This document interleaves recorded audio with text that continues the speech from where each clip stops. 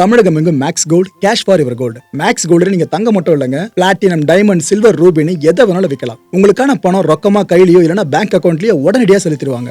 Market மதிப்பை விட 100 ரூபாய் ஒரு கிராமுக்கு உங்களுக்கு கூடுதலாக கிடைக்கும். தமிழ்நாடு முழுக்க டோர் ஸ்டெப் சர்வீஸும் இவங்க ப்ரொவைட் பண்றாங்க. உங்களுக்கு கோல்ட விற்கணும்னு அதுக்கு ஒரே ஒரு பெஸ்ட் பிளேஸ் மேக்ஸ் கோல்டு தான். கால் 04445454545.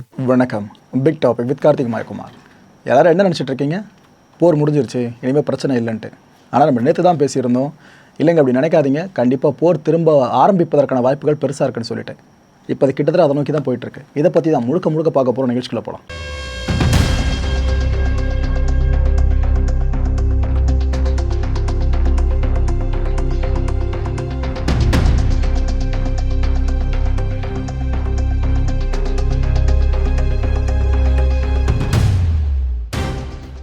இந்த ஒயிட் ஹவுஸோட ப்ரெஸ் செக்ரட்டரி இருக்காங்களே, கரோலின் லெவிட், இவங்க என்ன சொல்லியிருக்காங்க? வர்ற சனிக்கிழமை வாக்கில் பாகிஸ்தான் கேபிட்டல் இஸ்லாமாபாத்தில் இந்த பேச்சுவார்த்தை நடக்க போகுதுங்க. இப்போ 2 வாரங்கள் வரைக்கும் சீஸ்ஃபயர் அனௌன்ஸ் பண்ணியிருக்கோல, எதுக்காக? பேச்சுவார்த்தை நடத்துறதுக்காக, ஒரு டீலை ஃபைனலைஸ் பண்ணுறதுக்காக. அந்த பேச்சுவார்த்தை நடக்க போகுது சனிக்கிழமை. இதில் நம்மளோட துணை அதிபரான ஜேடி வேன்ஸ் அண்ட் ஜெரட் கர்ஷ்னர், இவர் ட்ரம்ப்போட அட்வைசரான். ஆனால் ட்ரம்ப்போட மருமகங்க இவர். இன்னொரு பக்கம் ஸ்டீவ் விட்காஃப், ட்ரம்ப்போட விசுவாசி, பெரிய விசுவாசி. நெகோசியேஷனில் இவர் தான் அனுப்பிச்சி விடுவாங்களே. இந்த 3 பேரும் தான் இந்த டீமை ஃபுல்லாக லீட் பண்ணி கொண்டு போகிறாங்க. எங்கே? பாகிஸ்தான் கேபிட்டலில் நடக்க போகிற இந்த பேச்சுவார்த்தைக்கு இந்த 3 பேர் தான் பிரதானமே. இது எல்லாம் ஒரு பக்கம் நல்லா போயிட்டுருக்க மாதிரி தெரியுதா? ஆனால் ஒரு ஃபேக்ட் என்னென்னா, இந்த பேச்சுவார்த்தை நடக்குமானே தெரியல. அதுக்குள்ளேயே பிரச்சனை பெருசாக வெடிச்சுக்கிட்டு இருக்கு பாருங்க. வேறு யார் காரணமாக இருக்க முடியும்? இஸ்ரேல் தான். லெபனனை ஒரு வழி ஆக்கிட்டு இருக்காங்க. எந்த அளவுக்கு தெரியுமாங்க? ஏற்கனவே லெபனனில் 1500 பேருக்கு மேலே கொன்னாச்சு. இஸ்ரேல் படையால் அவ்வளோ பேர் கொல்லப்பட்டிருக்காங்க. இதில் கொடுமை என்னென்னா 130 குழந்தைங்க கொல்லப்பட்டிருக்காங்க. இப்போ என்ன இருக்குது தெரியுமா? ஒரு 10 நிமிஷத்துக்குள்ளே ஒரு பெரிய அட்டாக்கை பண்ணியிருக்கு இஸ்ரேல் படை எங்கள் லெபனனில். 100க்கும் மேற்பட்ட டார்கெட்ஸாக அடிச்சிருக்காங்க 10 நிமிஷத்துக்குள்ளே. எவ்வளோ அக்ரெசிவாக அடிச்சிருப்பாங்க பாருங்கள். அப்போது இந்த தாக்குதல்களில் எவ்வளோ பேர் கொல்லப்பட்டிருக்காங்க தெரியுமா? 254 பேர் ஒரே நாளில்ங்க. 254 பேர் கொல்லப்பட்டிருக்காங்க லெபனனில். நம்ம ஈரான் சார்ந்து ஐயோ அம்மான் எல்லாம் பேசிக்கிட்டு இருந்தோம்ல, அங்கே அவ்வளோ சிவிலியன்ஸ் கொல்லப்படுறாங்க, ரொம்ப கஷ்டமாக இருக்குது பார்க்க அப்படின்ட்டு. அப்போ லெபனன் என்ன சொல்லுவீங்க? இங்கே இவ்வளோ பேர் கான்ஃப்ளிக்ட் பெருசாக இருக்குது. இந்த ஹெஸ்புல்லா அமைப்பினர் இருக்காங்களா, அவங்க பதிலுக்கு என்ன பண்ணுறாங்க? இஸ்ரேல் சார்ந்து அட்டாக்கை பண்ணிகிட்ருக்காங்க. ஆனால் ஒன்று, இஸ்ரேலை ஈரான் அடிக்கிற அளவுக்கு ஹெஸ்புல்லாவால் அடிக்க முடியல. இதுதான் ஃபேக்ட்டு. இருந்தாலும் சம்பிரதாயத்தை அவங்களும் திருப்பி அடிச்சிட்ருக்காங்க. இதை அவங்களே கன்ஃபார்ம் பண்ணியிருக்காங்க. ஆமாங்க, எங்களை இஸ்ரேல் அடித்தாங்க, நாங்கள் பதிலுக்கு நார்தன் இஸ்ரேலில் ஒரு பெரிய அட்டாக் பண்ணியிருக்கோம் அப்படின்னு அவங்க சொல்லியிருக்காங்க. ஸோ இந்த எஸ்கலேஷன் பெருசாக மாறிட்டு இருக்கா. ஐநாவோட பொதுச் செயலாளர் ஆண்டோனியோ கட்டரஸ் அவர் இப்போ என்ன சொல்லியிருக்காரு? ஏங்க, இப்போ தான் பிரச்சனை முடிஞ்சதுன்னு பார்த்தா என்ன திரும்ப பெருசாக ஆரம்பித்து வச்சுருக்கீங்க. இது இந்த அமைதி பேச்சுவார்த்தை ஒன்று இப்போ நடக்க போதில்ல, இதே ஃபுல்லாக சீர்குலைச்சி விட்டுரும். நீங்கள் இது போலாம் பண்ணாதீங்கன்னு இஸ்ரேல் சார்ந்து அட்வைஸ் கொடுத்துக்கிட்டு இருக்காரு, ஹெஸ்புல்லா சார்ந்து அட்வைஸ் கொடுத்துட்ருக்காரு கட்டரஸ் அவர்கள். அண்ட் ஏற்கனவே கல்ஃப் சம பயத்தில் இருக்காங்க. ஏன்னா இப்போ திரும்ப ஈரான் ஏதாவது சப்போர்ட் பண்ணுறேன்னு சொல்லிட்டு அடிக்க ஆரம்பிச்சிட்டாங்க அப்படின்னா, ப்ராக்சிஸ்க்காக கிளம்புறங்க ஆரம்பிச்சிட்டாங்கன்னா அந்த கோபம் மிடில் ஈஸ்ட் மேலேயும் திரும்பும். ஸோ அந்த மிடில் ஈஸ்ட் முழுக்க இப்போ பயத்தில் இருப்பாங்களே, எங்கேருந்து திரும்ப ஈரான் நம்மளை அடிக்க ஆரம்பிச்சிருவோன்னு. ஸோ என்டையர் ரீஜன் முழுக்க திரும்ப கான்ஃப்ளிக்ட் பெருசாக மாற ஆரம்பிச்சிருக்கு. இன்னொரு பக்கம் ஆஸ்திரேலியா, இவங்க என்ன தெரியுமா சொல்கிறாங்க? ஏங்க, இந்த ஒஸ்ட்டு ஹியூமனிடேரியன் கிரைசிஸை இப்போ லெபனான் முழுக்க எங்களால் விட்னஸ் பண்ண முடியுது. எதுக்கு அவ்வளோ பேரை கொண்டு குவிச்சிக்கிட்டு இருக்கீங்க? இது வேண்டாமே, தயவு செஞ்சு இதை நிறுத்தி தொடங்கலன்னு அவங்க ஒரு பக்கம். இவங்களை தாண்டி யூகே, ஃப்ரான்ஸ், ஜெர்மனி, யூரோப்பியன் யூனியன்னு எல்லாரோட ஒரே ஒரு மனக்குமுறல் என்ன தெரியுமா? தயவு செஞ்சு இந்த சீஸ்ஃபயரை ஃபுல் பிளெஜை இம்ப்ளிமெண்ட் பண்ணுங்கள், லெபனனை தொடக்கூடாதுன்னு ஈரான் கேட்டுக்கிச்சுல. அப்புறம் எதுக்காக லெபனன் அடிக்கிறீங்க அப்படின்னு இஸ்ரேல் பார்த்து கேள்வி கேட்க ஆரம்பிச்சிட்டாங்க. இப்போ என்டையர் உலகமே பார்த்தீங்கன்னா இஸ்ரேலுக்கு எதிராக திரும்புகிற வாய்ப்பும் பிரகாசமாக இருக்குது. ஆனால் இஸ்ரேல் கிட்ட என்ன நம்ம சொல்கிறாங்க? ஏங்க, அமெரிக்காவுக்கும் ஈரானுக்கும் பிரச்சனை, அவங்க ஏதோ சீஸ்ஃபயர் அதுன்னு சொன்னாங்க, நாங்கள் சரி ட்ரம்ப் சொல்கிறாருன்ற ஒரே காரணத்துக்காக ஈரானை அடிக்க மாட்டோம் அப்படின்னு அஃபிஷியல் அனௌன்ஸ் பண்ணிட்டோம். இதுக்கப்புறம் என்ன எதிர்பார்க்குறீங்க? லெபனனை நாங்கள் தொடக்கூடாதுன்றதை அந்த சீஸ்ஃபயர்லாம் முடிவு பண்ணாது. நாங்கள் லெபனனை தொடர்ந்து அடிப்போன்னு இஸ்ரேல் தெளிவாக ஒரு நிலைப்பாடில் இருந்துகிட்டு இருக்கு, இன்னும் இறங்கி அடிச்சுக்கிட்டு இருக்கு. இஸ்ரேல் பிரைம் மினிஸ்டர் பெஞ்சமின் நெட்னியாஹூ அவர் இப்போ என்ன சொல்லியிருக்காரு? தி கிரேட்டஸ்ட் ப்ளோ டு ஹெஸ்புல்லான்னு சொல்கிறாரு. அதாவது இது வரைக்கும் நாங்கள் லெபனன் அடித்ததுலையே இப்போ அடிச்சிருக்கிறது தான் பெரிய அடி. அந்தளவுக்கு அடித்து நாங்கள் சாய்க்க ஆரம்பிச்சிட்டோம் அவங்கள. எங்களால் திரும்ப ஈரான் அடிக்க முடியாதுன்னு நினைக்கிறீங்களா? ஏதாவது ஓவராக நீங்கள் பண்ண ஆரம்பிச்சிங்கன்னா நாங்கள் திருப்பி அடிப்போம். நாங்கள் ஈரானை தொடக்கூடாதுன்றதை ஈரானே முடிவு பண்ணட்டும். நீங்கள் சும்மா ஒதுங்கி இருக்கிறது நல்லது, உள்ளுக்குள்ளே தான் வரணும்னு ட்ரை பண்ணி எங்களை அடிக்க ஆரம்பிச்சிங்கன்னா நாங்கள் திருப்பி அடிப்போன்னு இவரால் சொல்லி வச்சுருக்காரு. இந்த சீஸ்ஃபயரை எதுக்குங்க எல்லாருக்கும் அந்த குழப்பம் வருதில்ல. இன்னொரு பக்கம் டர்க்கி, அவங்க என்ன தெரியுமா ஸ்டாண்ட் எடுத்திருக்காங்க? சர்வதேச நாடுகள்லாம் இந்த விஷயத்தை பார்த்து சும்மா வாயை மூடிட்டு இருக்காதீங்க, தயவு செஞ்சு ஓப்பன் அப் பண்ணுங்கள். நம்ம கண்ணு முன்னாடியே லெபனானில் இருக்க மக்களை இப்படி அழிச்சிக்கிட்டு இருக்காங்க. அங்கே ஃபுல்லாக ஆக்கிரமிப்பு செய்கிற வேலையில் இஸ்ரேல் ரொம்ப தீவிரமாக ஈடுபட்டு இருக்காங்க. இப்போ உலக நாடுகள் ஒன்று சேர்ந்து இஸ்ரேலை தடுக்காமல் போயிடுச்சு. இதுக்கப்புறம் இந்த உலகம் பேரழிவை பார்க்கறது உறுதின்ற மாதிரி டர்க்கி பேசி வச்சுருக்காங்க. அவங்க ஏற்கனவே இஸ்ரேலுக்கு எதிராக ஸ்டாண்டை பெருசாக எடுப்பாங்க. இப்போ லெபனானில் நடந்துட்டு இருக்க விஷயங்களை பார்த்து இன்னும் பெருசாக அந்த ஸ்டாண்ட் எடுக்க ஆரம்பிச்சிட்டாங்க.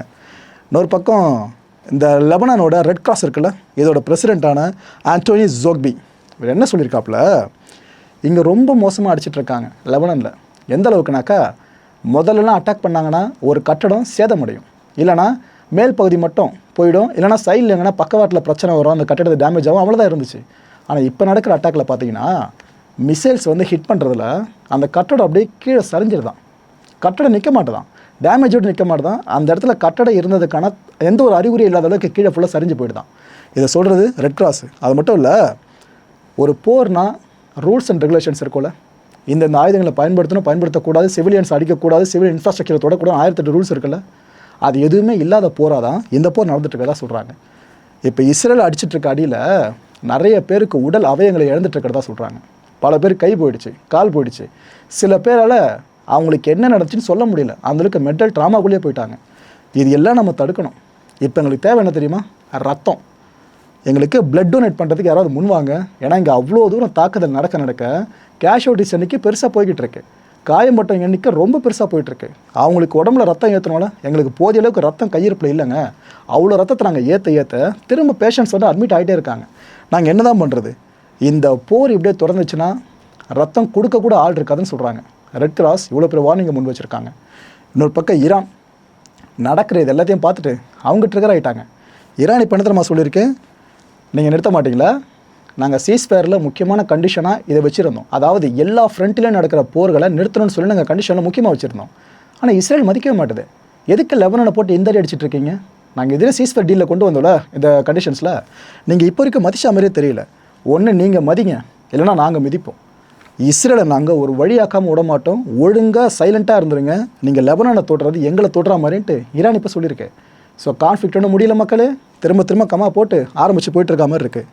கேலிபாஃப் ஈரானோட பார்லிமெண்ட் இருக்குல்ல, அதோட ஸ்பீக்கர், இவர் இப்போ என்ன சொல்லியிருக்காரு, 10 பாயிண்ட்ஸ் அடங்கிய ப்ரப்போசலை நாங்கள் முன் வச்சோம், இது போல் அமெரிக்கா இதுக்கெல்லாம் ஒத்துக்குச்சு, நாங்களும் ஒத்துக்கிறோன்னு சொல்லிட்டு 10 பாயிண்ட்ஸை உள்ளடக்கி நாங்கள் வெளியிட்டிருந்தோம். ஆனால் இப்போ என்ன நடந்துகிட்ருக்கு, அந்த 10ல் 3 கிளாஸஸை அப்பட்டமாக நீங்கள் மீறி இருக்கீங்க. யார்? இஸ்ரேல் மீறி இருக்குன்னு அவர் சொல்லியிருக்காரு. இந்த ஒரு பக்கம் சீஸ்ஃபயர் அனௌன்ஸ் பண்ணியாச்சு 2 வாரங்களுக்குன்னு, இன்னொரு பக்கம் நெகோஷியேஷன், இந்த பேச்சுவார்த்தை சனிக்கிழமை ஃபுல்லாக ஆரம்பிக்க போகுது. ஆனால் இதெல்லாம் அர்த்தமற்ற ஒன்றா எங்களுக்கு தெரியுது இப்போது. ஏன்னா போர் நிற்கணும்னு சொல்லிட்டு தான் நாங்கள் இவ்வளோ தூரம் இறங்கி வந்தோம்.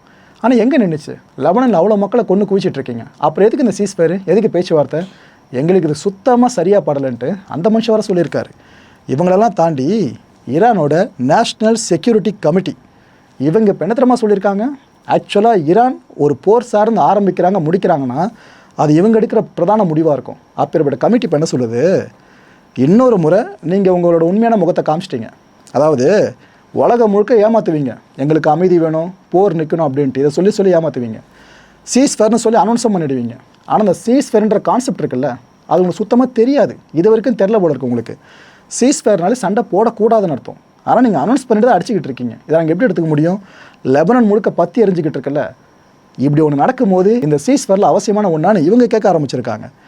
இதில் இன்னொரு விஷயம் சொல்கிறாங்க, இப்போது பெருசாக எந்த ஒரு உணர்வோ இல்லாமல் நம்ம எங்கேயோ யோசிச்சுட்ருக்கோன்னு வைங்க, அப்போ நெருப்பு இதில் நம்ம கை பட்டுச்சுனாலோ இல்லை யாராவது நம்ம மேலே நெருப்பை லைட்டாக அப்படி தூவுறாங்க அப்படின்னாலும் நம்ம உடனே சென்ஸ் ஆகிடுவோம்ல, ஒரே உணர்வு வரல, அப்படியே வலிக்குதுன்னு சொல்லி கொஞ்சம் நிகழ்காலத்துக்கு வருவோம் பார்த்தீங்களா, அது போல் தான் உங்களுக்கு நாங்கள் பண்ணணும் போல இருக்குது. ஸோ நாங்கள் எவ்வளவோ சொல்லிட்டோம், நீங்கள் கேட்க மாட்டீங்க, நெருப்பை கொண்டு வரோம், அதுக்கப்புறம் நீங்கள் உணர்வீங்க அப்படின்னு சொல்கிறாங்க. இவங்க என்ன சொல்கிறாங்க புரியுதா மக்களே?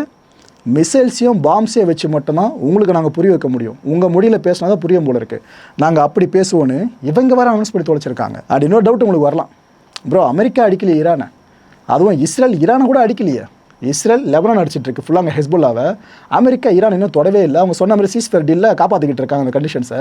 இது எதுக்காக ஈரான் இவ்வளோ ட்ரிகராகி பேசணும் அப்படின்னு கேட்டிங்கன்னா, இதுக்கு என்ன தெரியுமா பதில் சொல்கிறாங்க, அமெரிக்காவோட டைரக்ட் பார்ட்டியாக தான் நாங்கள் இஸ்ரேலை கருதுகிறோம், இஸ்ரேல் ஒன்று பண்ணுச்சுன்னா அமெரிக்காவால் தான் பண்ணிச்சு நாங்கள் நம்புவோம், ஏன்னா நீங்கள் சொல்கிறதுக்கு ஏற்ற மாதிரி இஸ்ரேல் ஆடும் அப்படின்னு பார்த்தா இஸ்ரேல் இப்போ லெபனான் அடிச்சிட்ருக்குல்ல, அது அமெரிக்கா அடிக்கிற மாதிரி தான், சீஸ்ஃபயர் டீலை ஃபுல்லாக அந்த கண்டிஷன்ஸை மீறுற மாதிரி தான் அப்படின்ட்டு இந்த கமிட்டி பேசியிருக்கு. ஸோ ஈரான் எந்த அளவுக்கு எட்ஜுக்கு வந்துட்டாங்க தெரியுதா? இந்த போர் இன்னும் நிற்கலை, பெருசாக வெடிக்குன்ற எட்ஜுக்கு அவங்க தள்ளப்பட்டிருக்காங்க.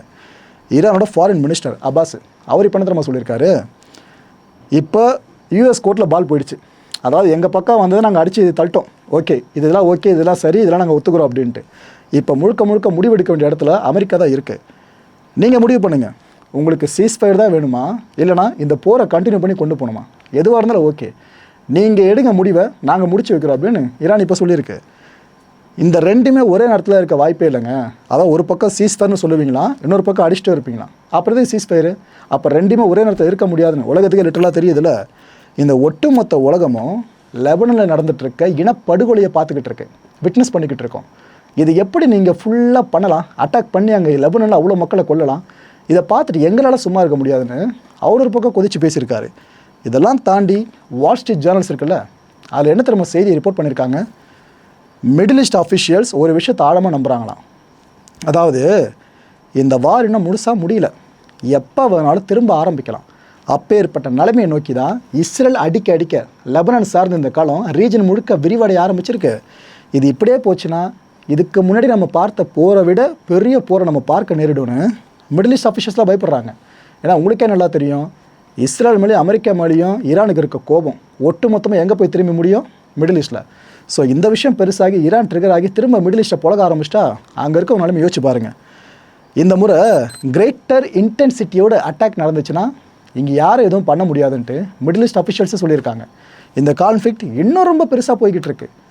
சரி, இஸ்ரேல் இவ்வளோ தூரம் எதிர்ப்பை சம்பாதிக்குதே லெபனானால், கொஞ்சம் பேக் அடிப்பாங்க அப்படின்னு பார்த்தா வீடியோ போட்டிருக்காங்க.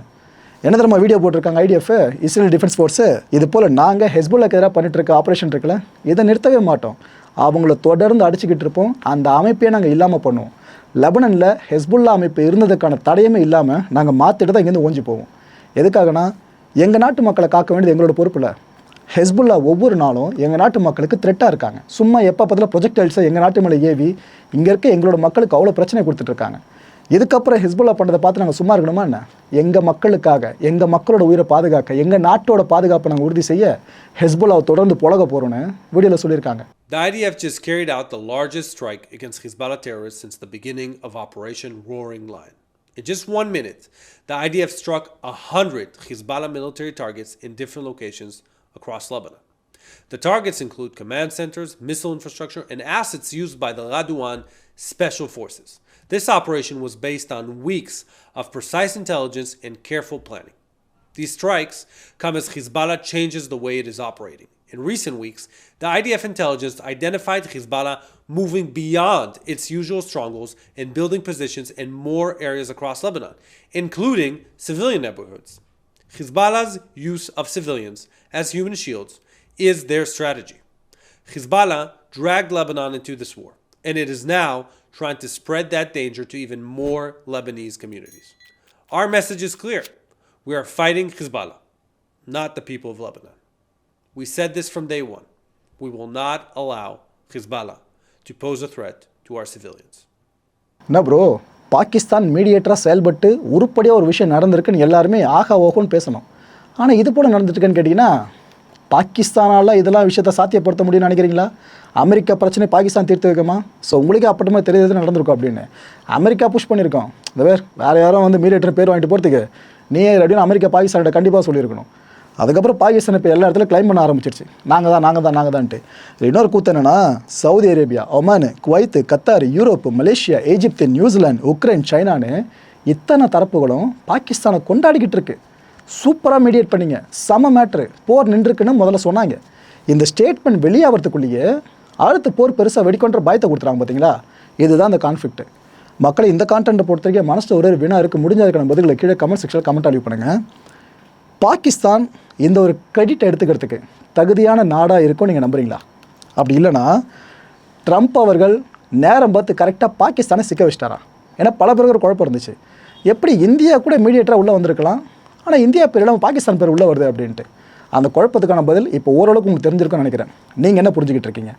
அடுத்த நிகழ்ச்சி சந்திக்கலாம். நன்றி, வணக்கம். தமிழகம் எங்கும் Max Gold, cash for your gold. Max Gold நீங்க தங்க மட்டும் இல்லைங்க, பிளாட்டினம், டைமண்ட், சில்வர், ரூபினி எதை வேணாலும் விற்கலாம். உங்களுக்கான பணம் ரொக்கமா கையிலயோ இல்லைன்னா பேங்க் அக்கௌண்ட்லயோ உடனடியாக செலுத்திடுவாங்க. மார்க்கெட் மதிப்பை விட 100 ரூபாய் ஒரு கிராமுக்கு உங்களுக்கு கூடுதலா கிடைக்கும். தமிழ்நாடு முழுக்க டோர் ஸ்டெப் சர்வீஸை இவங்க ப்ரொவைட் பண்றாங்க. உங்களுக்கு கோல்டை விற்கணும்னு அதுக்கு ஒரே ஒரு பெஸ்ட் பிளேஸ் மேக்ஸ் கோல்டு தான். கால் 04445454545. என் அன்பார்ந்த மாயம் ஸ்டுடியோஸ் நேயர்களே, மாயம் பக்தின்னு ஆன்மீகத்துக்காக பிரத்யேகமா ஒரு சேனலை கொண்டு வந்திருக்கோம். மறக்காம சப்ஸ்கிரைப் பண்ணி அந்த சேனலுக்கு உங்களோட ஆதரவை மனப்பூர்வமாக தெரிவிங்க. வணக்கம் மாயம் ஸ்டுடியோஸ் நண்பர்களே. மாயம் ட்ரெண்ட்ஸ் அப்படின்ற ஒரு புதிய ஃபேஸ்புக் பேஜை ஓப்பன் பண்ணியிருக்கோம். நீங்கள் யூடியூப்பில் பார்த்துட்டு இருக்கீங்களா நம்மளோட கான்டென்ட்ஸ்லாம். இதெல்லாம் விட ஒரு படி மேலே ரொம்ப கிறிஸ்பாகவும் ரொம்ப சூப்பராகவும் நிறைய கான்டென்ட்ஸ் உங்களுக்கு இந்த பேஜில் காத்துட்ருக்குங்க. ஸோ உடனடியாக ஃபேஸ்புக் பிளாட்ஃபார்ம் போங்க, மாயம் ட்ரெண்ட்ஸ்னு டைப் பண்ணி சர்ச் பண்ணி நம்ம பேஜை ஃபாலோ பண்ணுங்கள். அப்படியே நம்ம சேனலையும் நீங்கள் சப்ஸ்கிரைப் பண்ணிட்டீங்க அப்படின்னா இன்னும் நிறைய புது கான்டென்ட்ஸை உங்களுக்காக ப்ரொடியூஸ் பண்ணி கொடுத்துக்கிட்டே இருப்பாங்க. நீங்கள் பண்ணுற ஒவ்வொரு சப்ஸ்கிரிப்ஷனும் எங்களுக்கு பெரிய மோட்டிவேஷனாக அமையும்.